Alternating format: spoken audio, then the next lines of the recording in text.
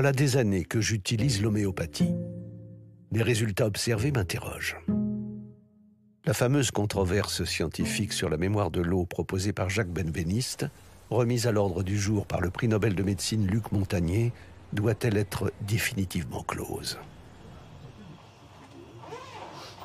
Existe-t-il une théorie capable d'expliquer l'action de ces mystérieux granules? Moi, mon action, ça consiste à utiliser des méthodes scientifiques, les méthodes de la science, pour comprendre comment fonctionne ce remède homéopathique, indépendamment du problème médical. De façon étrange, on n'avait jamais étudié le médicament homéopathique. On a pris donc deux lignes de produits, un produit minéral qui est Cuprum metallicum, un produit organique, une plante qui est Gelsemium sempervirens, et on a suivi rigoureusement le protocole de la pharmacopée européenne. C'est-à-dire que ce qu'on étudie, c'est le médicament, et pas un produit de laboratoire. Et donc, ce qu'on a trouvé, c'est que lorsque on faisait les études, le procédé homéopathique met en jeu en fait 4 choses. La matière de départ, bien sûr, l'eau, le récipient et l'air. Ce qu'on a montré dans cette étude qui s'appelle DINOME, on a montré que même pour des très très hautes dilutions, donc on est allé jusqu'à 30 CH, on retrouvait toujours quelques microgrammes de matière solide. Et cette matière solide, normalement, elle ne devrait pas être là, puisqu'on a utilisé que de l'eau pure. Donc il est évident que la seule source de matière dans le procédé ne pouvait être que le récipient.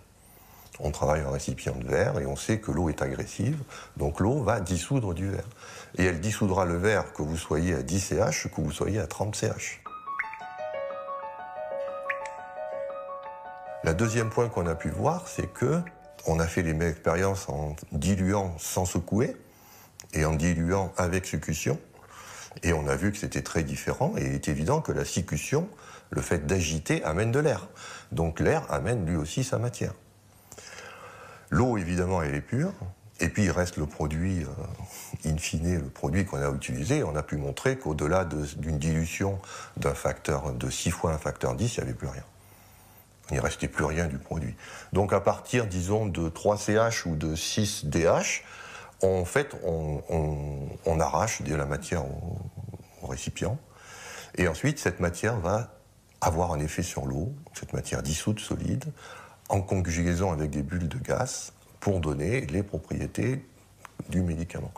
Donc on sait aujourd'hui qu'un médicament homéopathique, ce n'est pas rien, c'est une dispersion de nanoparticules, de nanobulles d'air, avec de l'eau, et sans, évidemment, le produit de départ.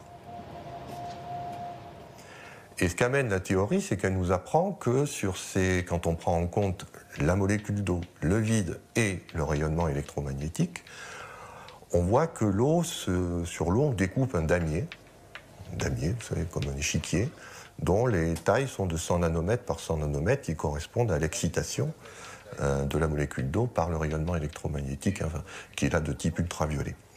Et donc, ce damier se comporte comme, en fait, n'importe quelle mémoire d'ordinateur, c'est-à-dire qu'à l'intersection de chaque case, je peux mettre 0 ou 1, et à ce moment-là, je peux coder n'importe quel type d'information. Donc l'idée, c'est que quand on fait le médicament homéopathique, une piste de compréhension serait que ce damier existe dans l'eau et va être stabilisé par les nanoparticules de solide et par les nanobulles de gaz, parce que s'il n'y avait pas ces objets, le damier serait instable, ça on l'a montré aussi théoriquement. Pour que le damier soit stable, il faut qu'il s'accroche sur quelque chose. Donc l'idéal, c'est sur des solides ou sur du gaz.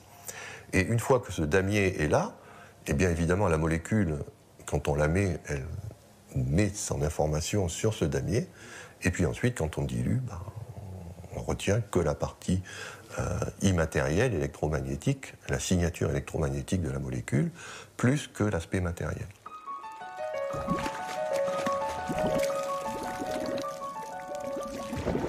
Donc moi je suis allé chercher une technique qui permet d'obtenir des images.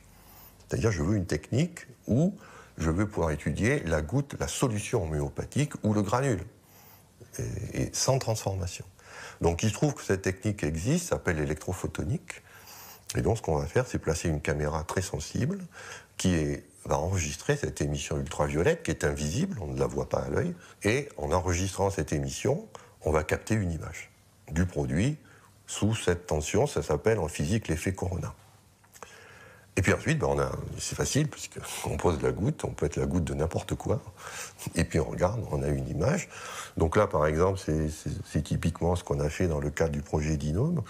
On regarde bien sûr l'eau pure, qui a sa signature qui est bien reconnaissable. C'est une couronne qui est relativement bien développée, elle occupe à peu près entre 7 et 8% de la surface.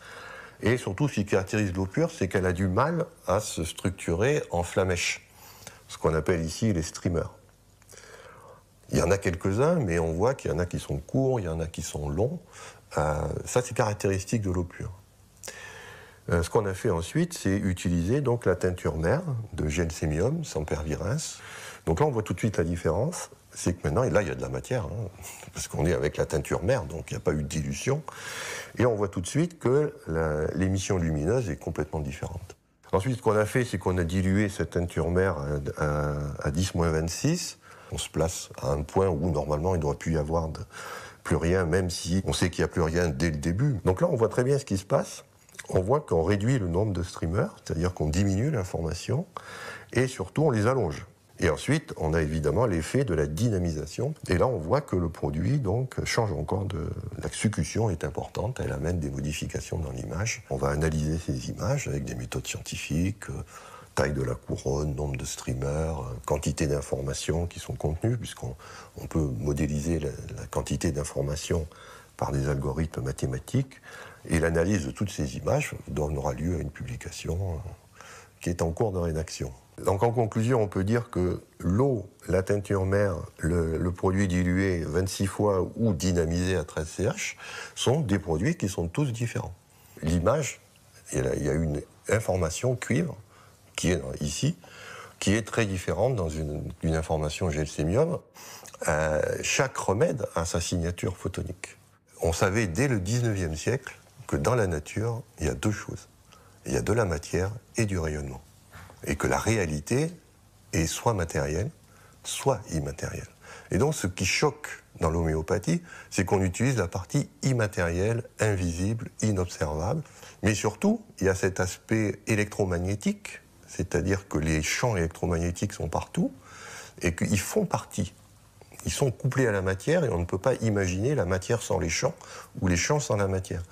Donc, à partir du moment où vous pensez à rajouter les champs et la matière, vous pouvez avoir une vision rationnelle de l'homéopathie, mais forcément, la partie matérialiste, la partie matérielle des choses est passée au second plan. L'homéopathie ne heurte pas la rationalité, elle heurte la matérialité. C'est pas la même chose.